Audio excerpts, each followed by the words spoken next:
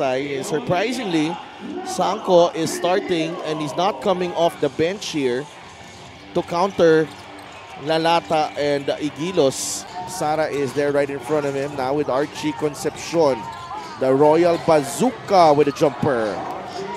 You know when Archie Concepcion is locked and you could see it in his face.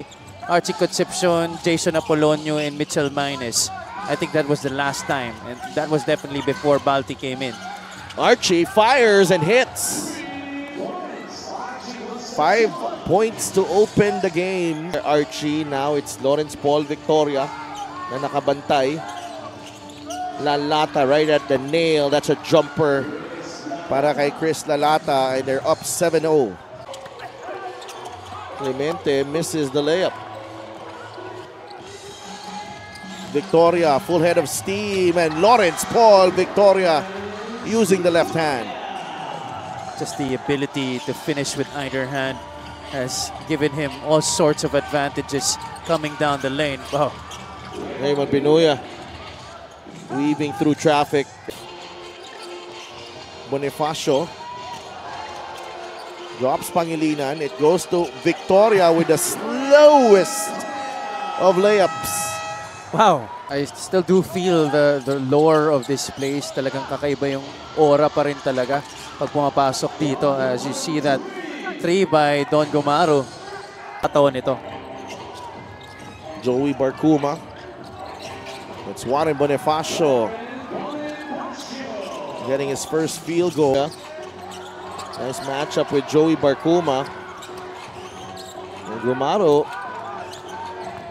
Grabe yung labanan sa pwesto. Larry Muyang finally puts it in for his first basket of the game. 16-13 with the offensive rebound. Clemente, well defended by Jasper Salenga. Joey Barcuma, bigay kay Brian. Hilario with a 3. And we're tied at 16. From Brian Hilario to launch from the outside. Muyang also gets it to drop. So it's not just Wally Bonifacio. The expectations are always high. That, you know, it's short of saying that you have to win every game, Javi. Correct. And, you know, the pride should be one that you really wear well on that jersey and on your sleeve, because Javi. It's Archie. Now with Don, si Larry Muyang nakabantay. Don Reverente makes it. You know, ang dami nang pinagbago ng Pasay team over their years, but he continues to be the one thing that has never been moved by the Pasay Voyagers, as you see that foul and basket by GP Faundo. With all of these things considered, personalities, you know, it's actually very revealing of who they are. And Archie Concepcion, pinakita kung sino siya. He does, he definitely can back it up.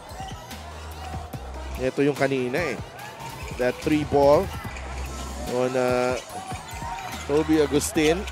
Faundo inside, and again from Archie Concepcion. Rente with another crack at it. Bigay ulit kay Warren.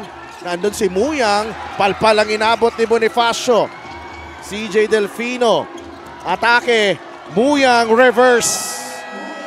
Pampanga at its best, running the floor. One pastime niya ay nag-aalaga siya ng kalapati. Back to you guys. Thank you so much, Gianna. Actually, I've seen a few vlogs, by the way. National Finals, in Game 1, meron siyang mga mabibigat na binitawan din eh. Oh yeah. Felipe Chavez with a jumper. Ito yung mga klase ng panahon na magandang maipap. Archie on to Renz. Back to Archie. Archie sees a gap. Archie with a hang time move. What a shot galing kay Archie. J. Delfino. Muyang. Benuya with a flyby. That's a 3 para kay Raymond Benuya. He's shown us that Paul looks at the clock. Bonifacio has to attack. Nabitawan pa, pero he recovers to bank it in for 2. Lars. The handoff to GLC. Clemente.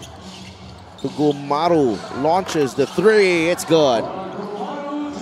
Hand in the face, no problem para kay Don Gumaro. Victoria. The bounce pass to Warren. The kick out to Paul. Victoria rattles the three home. He wanted that, and they needed it. Egilos. The lob pass. Muyang too strong. Clemente with the cleanup.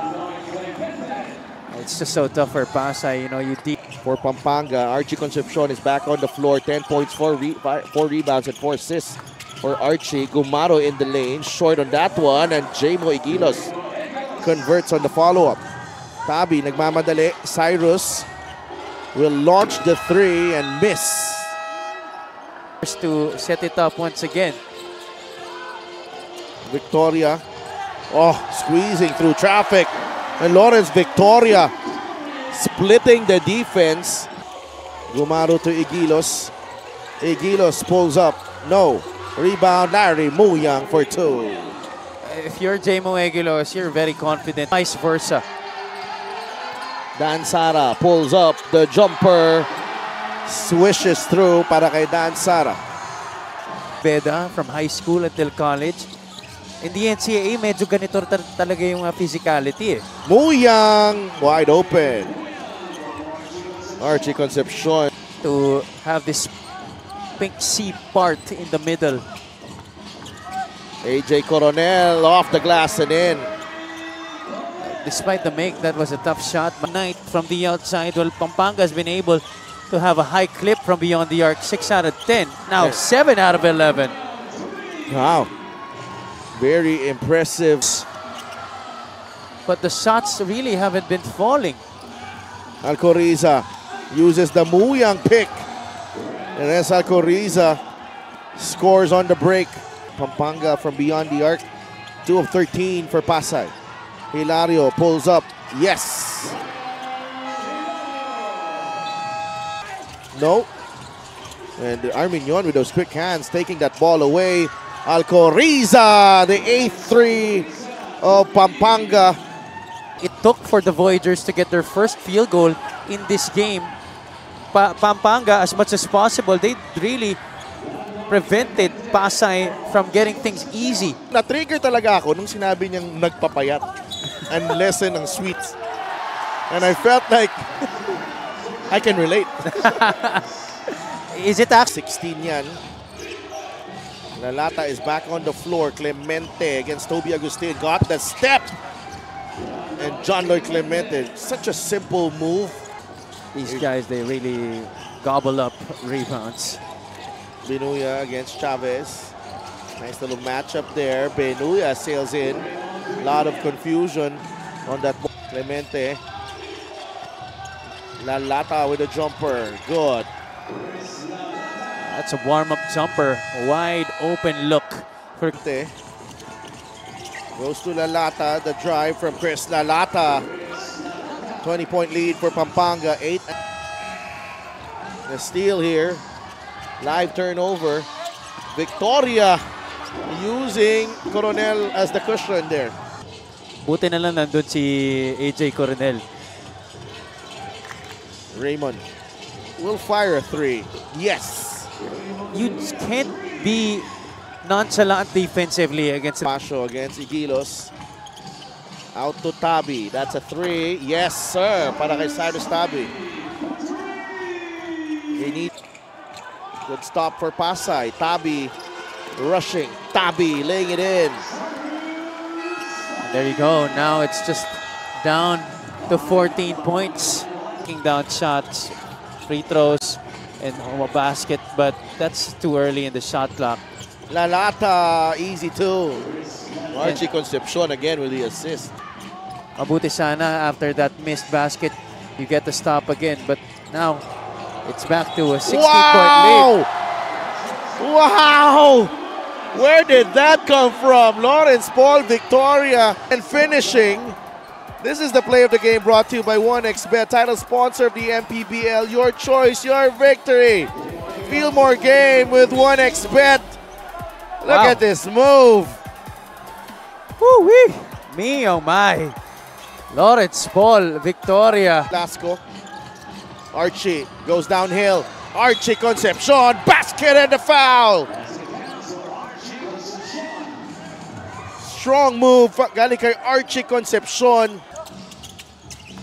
Lascog gets in the lane, finds Bonifacio with a jumper.